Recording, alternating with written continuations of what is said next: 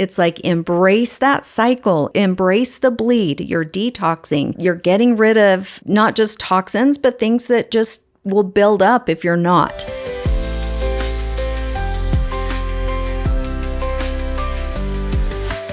Welcome to Living on Purpose, our podcast. This is our first episode, and today we're talking about a very crucial topic, and this is going to be on hormonal balance.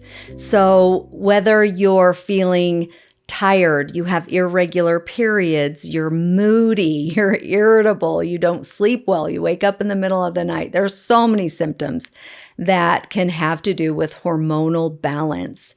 And so I'm so excited to have my fabulous health coach here. Karen has been so wonderful. So we're going to talk through a few of these topics and talk about really what does hormonal balance mean? When somebody comes to you and they talk about some of these symptoms, what are the first things you tell them? Well, I think some of the first things I tell them is to keep track.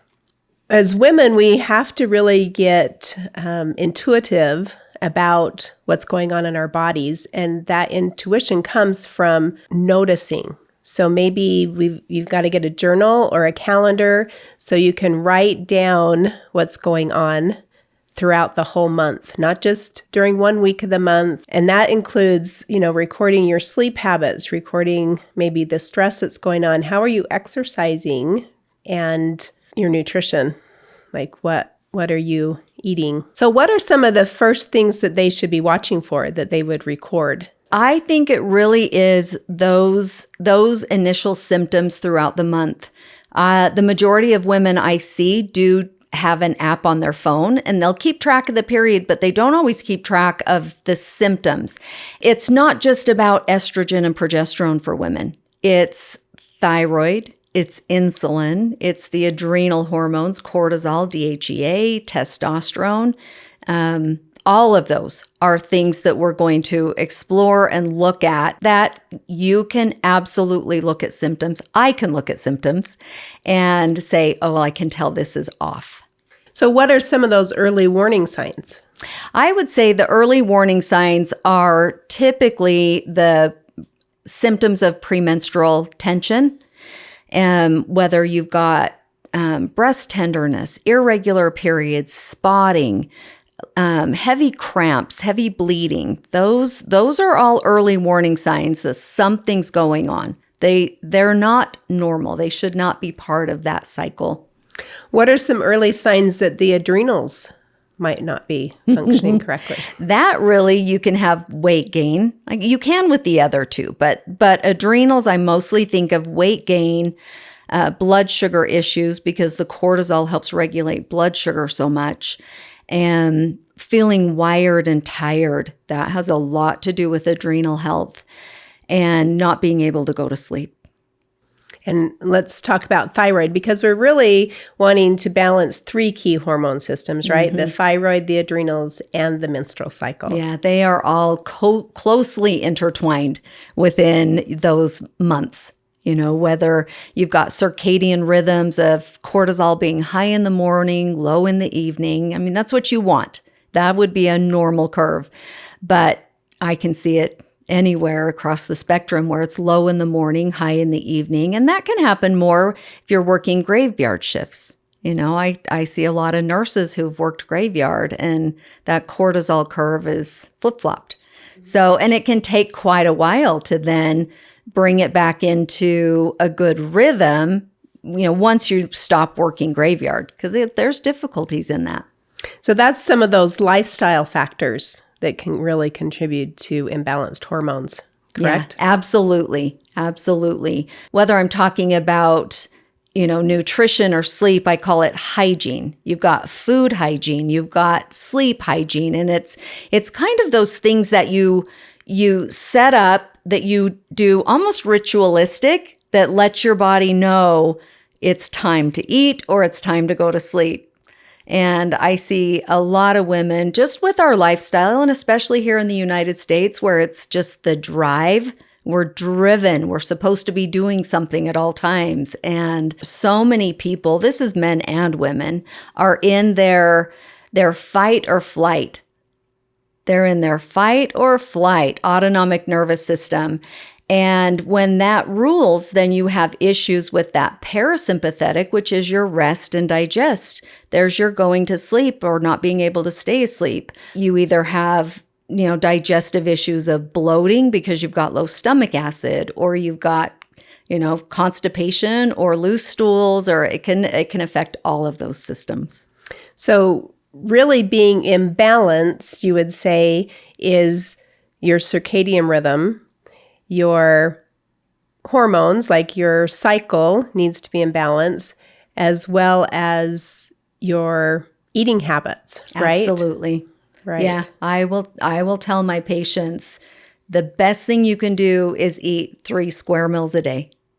And there's a lot of people doing intermittent fasting now that has been somewhat helpful. So if you're doing 2 meals, I still like 2 meals and a snack. You don't go too long without eating, but you're not grazing all day long either. So there are a lot of tricks to that. And especially for women, right? Because we need to keep our nutrition up. That's our cycle depends on it, right? To have the adequate nutrition. Yeah. And then we also know that we've got herbicides and pesticides on our food, and that our soils aren't as dense in nutrients anyway these days. And so you don't really want to eat more, but you have to eat wise. Mm-hmm.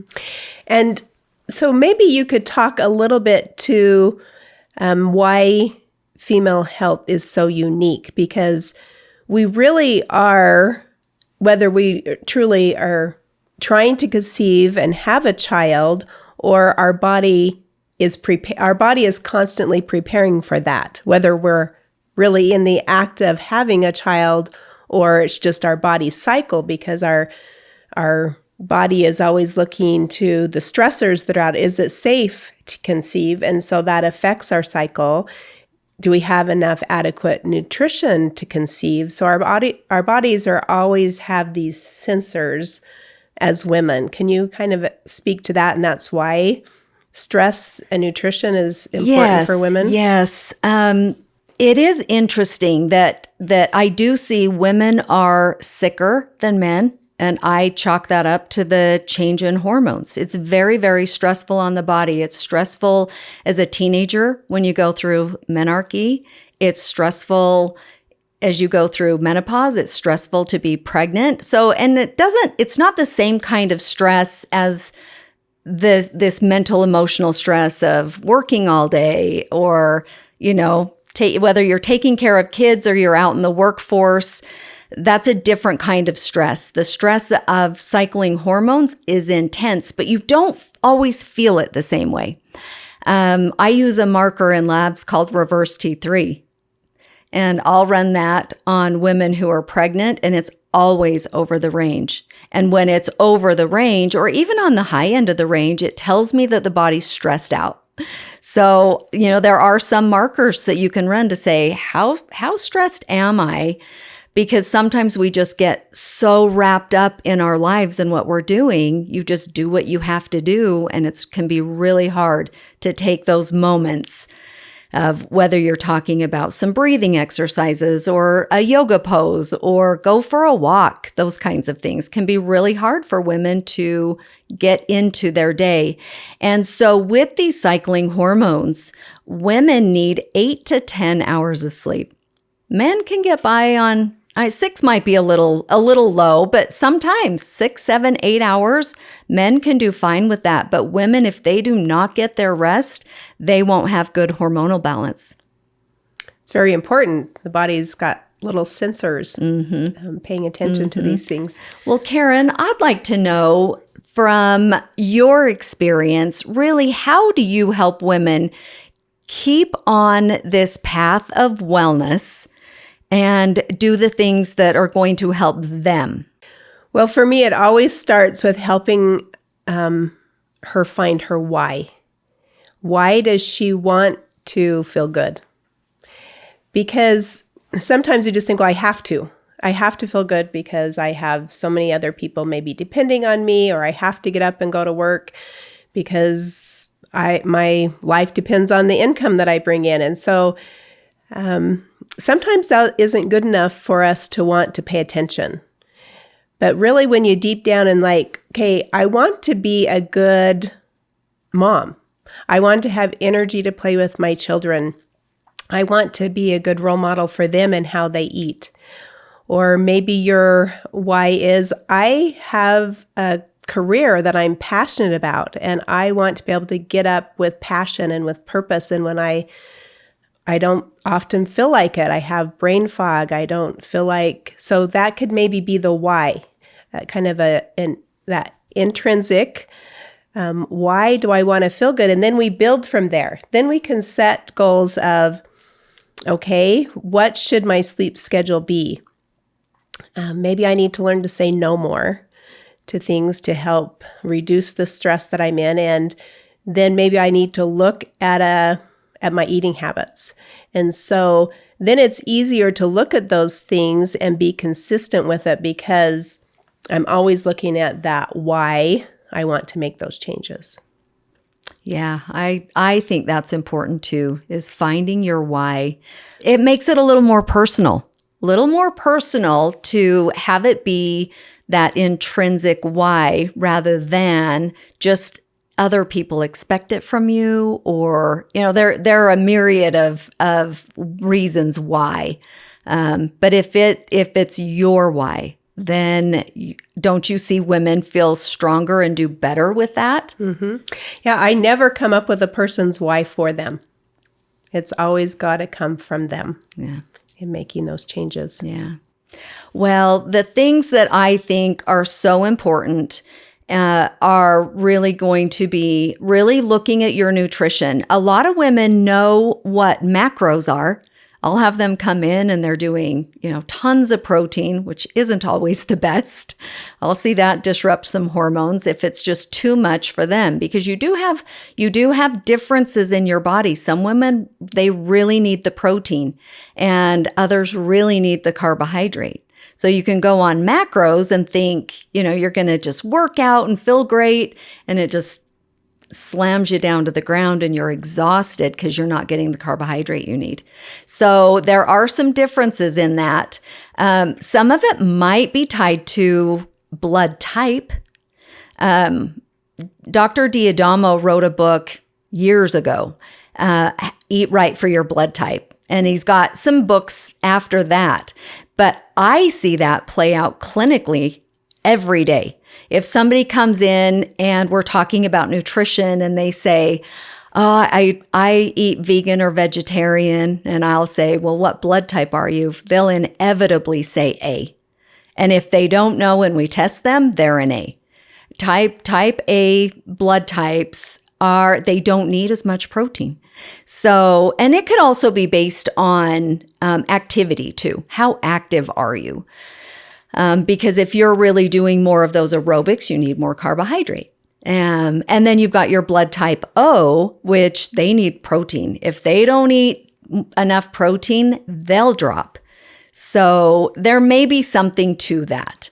But what I like to also really help women understand, and this actually goes for any patient, is that yes, you're aware of your macros. You've got your proteins, your carbohydrates, your fat. Those are great. We need those. We need those calories so that we can make energy. But then I talk about the micronutrients. Micronutrients are actually very, very important and necessary for all those biochemical reactions in our body that help us make hormones. If we don't have enough cholesterol that then gets converted to pregnenolone, which then gets converted into progesterone and then cortisol, then you can suffer. You can not have good hormones because you don't have enough fat in your body and cholesterol. Your brain is just a bundle of nerves and fat. Fat and cholesterol. And then I think our goal is really going to be, yes, we'll be somewhat aware of the macros that we need, but even focusing more on those micronutrients. You've got your cruciferous vegetables that have a compound in it called sulforaphane, and it's also got a compound called diindolylmethane. And both of those, to a certain extent, have some anti-cancer properties and help us process our estrogens. All of our hormones will go through our liver every day. You make hormones, you metabolize hormones, you get rid of hormones every day. And that's one of the challenges of testing hormones, is that they are different every day. So we have tricks that we do to try and catch it when hormones are going to be the highest or when they're going to be the lowest. Sometimes it can be helpful to know where you are in that cycle. And for us, we're going to do it really based on symptoms. And so that's why we're asking our listeners to keep track, right? Keep track of those symptoms, keep track of how you're feeling, because we are each different. Keep track of whether you do better on protein at every meal. Does protein help you sustain your energy till the next meal? Or all of a sudden, are you crashing between? Those are the things to pay attention to. And I guess that would be our challenge to our listeners this week, right? I like that one. To get a journal and start tracking every day of your cycle, how you feel, your energy, your sleep, and see if your rhythms are balanced or where you're mostly feeling off balance.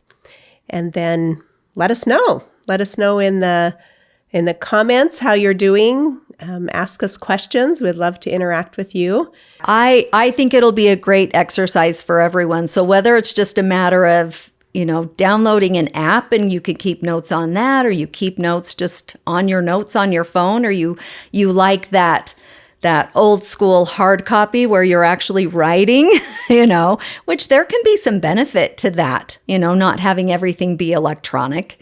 But another thing I really like women to do is keep track of where they are on the moon cycle. Sometimes I'll see women where they're like, I'm never late, but they're a week late and they're actually syncing up with the moon cycle. That can be really interesting about how you feel during that. The majority of people don't sleep as well during the full moon, and that is your ovulation time. So it can be you don't have to sync up to the moon, but it's interesting. Women used to, correct? They probably used to, and that was when, if they were on their period, they were out. They just went and stayed in a hut and just relaxed and rested, and they weren't really interactive with the rest of their people. Mm-hmm. So I think there's some value to that, but I don't know how we're going to make that happen. Yeah. But being aware, having that awareness, writing it down, you could even track what you're eating or what your cravings are during that time. I think it's pretty well known that before starting a period, women crave chocolate. And is it because we need the magnesium that's in chocolate? Do we need the theobromate that's in chocolate? Something that's going to help us feel better. Mm-hmm. So usually our cravings tell us something, correct? Mm-hmm, they do. Yeah, they do. So if it's a big sugar craving attack, or could be just specific to chocolate as well. Yeah, that can give you a lot of information. So maybe to end this little segment, Dr. Brumley, can you share with us a success story from one of your patients that kind of turned their hormone imbalance around through some of these changes that we're talking about? As I just am thinking about that, I'm thinking actually there's a pretty set amount of women that I see that we start them on seed cycling, making sure they're getting enough rest, drinking enough water, movement of the body, and start doing these. And I would say I see the majority of women, it eases up all of those symptoms and they have more regular cycles. So I think we're jumping back to the awareness of what do you do that maybe isn't helping keep that hormonal balance. And so, if I think of probably the most common is like age 35 to 45. So you're not quite perimenopausal yet. You're in the thick of either raising kids or your career, and it's stressful. Either one of them is very stressful. Yeah, if I think about a 35-year-old who we started on some of these lifestyle changes, that she did really well with that and went from having 21-day cycles, which is absolutely a pain, to a 28, 30-day cycle, like really elongating that luteal cycle and not getting the premenstrual symptoms of just mostly irritability, And they're like, yeah, I'm not irritable anymore. That brings me to another thought, that one of the things that we want to help women do is embrace their cycle. Often we've been taught to endure it, that it's just something we should endure, and then one day it will end. But really, we need to embrace it, because when we embrace and we become more body literate and learn about what this cycle actually offers us as women, it's pretty incredible. And I don't think that we realize what it offers until it's gone. And then you're like, oh yeah, that really did help me to have a cycle. Yeah. I absolutely think of that when women are talking about getting an ablation so they won't cycle anymore because maybe they have heavy bleeding. I don't always discourage it, but sometimes I do, just because that monthly bleed, you detox. You get some detoxification that is so great. You get rid of a little bit of iron. Once women aren't having periods, sometimes I'll see their iron levels build up. So it's got to be a pretty good reason, for me to want to mess and do anything surgically. Sometimes it is the best choice, but more often than not, it's like embrace that cycle, embrace the bleed. You're detoxing. You're getting rid of not just toxins, but things that just will build up if you're not. And so I've really liked that idea. Yeah, and we have an episode coming up where we're really going to help you know your luteal cycle, your ovulatorial cycle, and all the 4 different cycles of the month, and how to embrace different things during each cycle, like how to exercise and how to eat for each phase of your cycle, which I think will help women balance. So one more thing, you did mention seed cycling. So maybe we'll put a link in the show notes to how to seed cycle. But do you want to say a little bit about what that is? Yeah. It really is an alternative way of thinking. Naturopaths have done it for decades now. The first 2 weeks of your cycle are called the follicular phase, and you're really wanting to support the ability of the body to make good estrogen levels, but not have them be too high, too elevated. So we use flaxseed, pumpkin seed, omega-3 fish oils. Those are the most important, that you get good fibers in those, good oils in those that help control the ability of your body to make just the right amount of estrogen. Then estrogen is actually the highest during that ovulation phase, and then estrogen drops and progesterone raises after ovulation. And during that luteal phase, which is after ovulation, it's really important to eat the sesame seeds, sunflower seeds, and do GLA oil. And that can be a very, very worthwhile just nutritional change. Sometimes it's difficult, like those seeds, they're better ground, and they're better when you put them like in a smoothie or on a salad. There's lots of ways you can put a little in some oatmeal, something like that, to get those ground seeds in. And then we've got some good supplements for the omega-3s and the GLA. And I will tell women, it can take a few months for it to really take effect. But I love the whole idea of food as medicine. And I just think this is the ultimate food as medicine. I really like that. And I know that a lot of the women we've worked with have benefited from seed cycling. Mm-hmm. Yeah, it helps balance those hormones. The most common is that estrogen dominant state where estrogen is either okay or too high, but progesterone is always low. So it's good, and it's relatively easy. So what do you feel like are key takeaways of this podcast? Our key takeaway, what I would really like you to go home with, is how important it is to really understand how you feel. Pay attention. Write it down. Let's see if because women can forget from month to month. They're always, if I'm in clinic and I'm saying, all right, when did you start last month? How many days before that? Did you have a stressful event in your life? They always have to go back and look. So if you're not tracking it, if you're not paying attention to it, you forget. Right. So embrace those key takeaways, make some journal entries, and let us know. Engage with us here on this channel. And next week, we're going to take a deeper dive into that detox portion, those endocrine disruptors and things that really can disrupt the natural flow of what our hormones should be doing. So look forward to that and subscribe to our channel.